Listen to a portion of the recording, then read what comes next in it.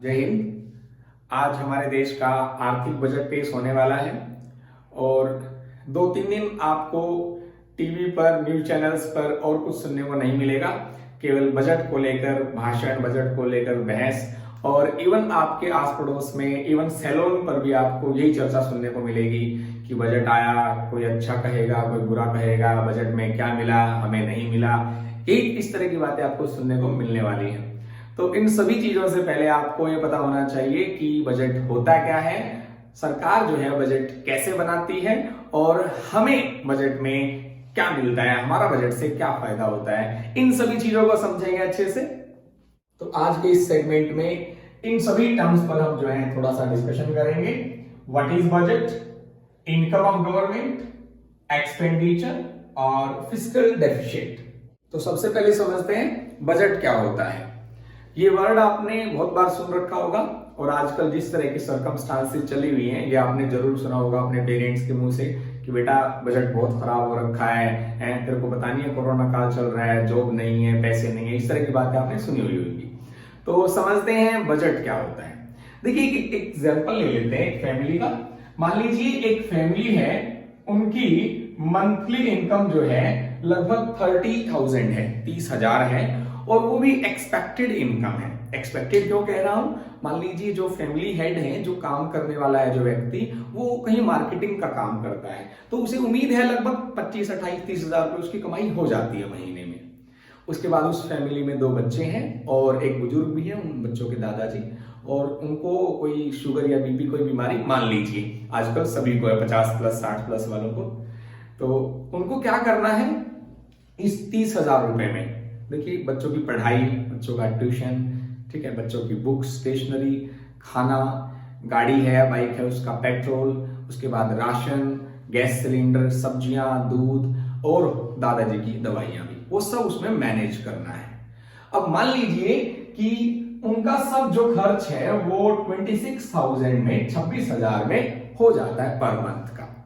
तो देखिए उस फैमिली ने क्या किया हुआ है कि एक्सपेक्टेड इनकम, भाई इनकम कितनी आनी है, लगभग 30,000 रुपए, खर्च कितने होने हैं, 26,000 रुपए। तो आय और व्यय, मतलब इनकम और एक्सपेंडिचर का उन्होंने एक ब्यौरा तैयार किया हुआ है। इसी ब्यौरे को बजट कहा जाता है।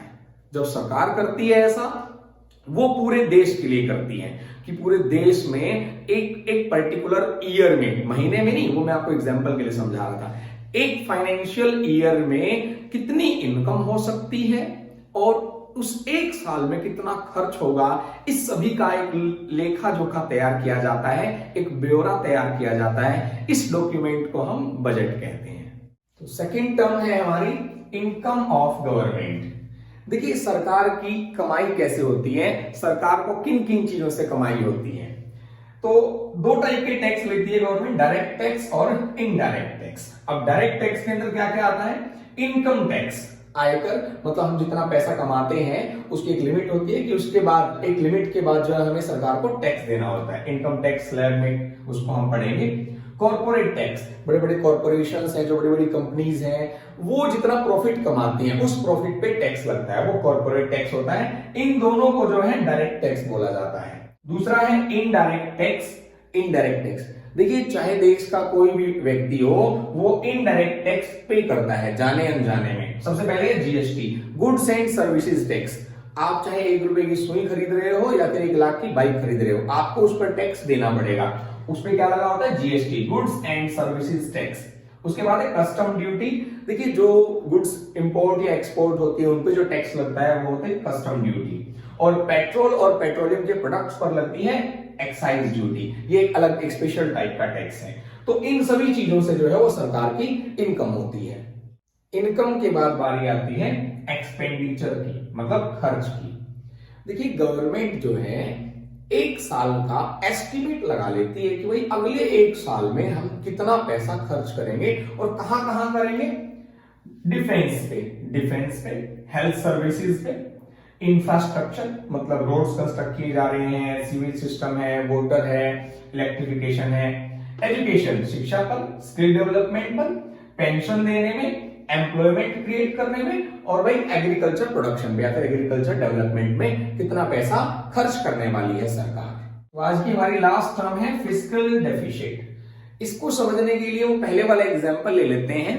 उस फैमिली की इनकम थी 30,000 पर मंथ। मान लीजिए किसी वजह से उनका किसी एक पर्टिकुलर मंथ का खर्च जो है वो 35,000 हो जाता है। अब पैसे आने कितने हैं 30,000, खर्च कितने होने हैं 35,000।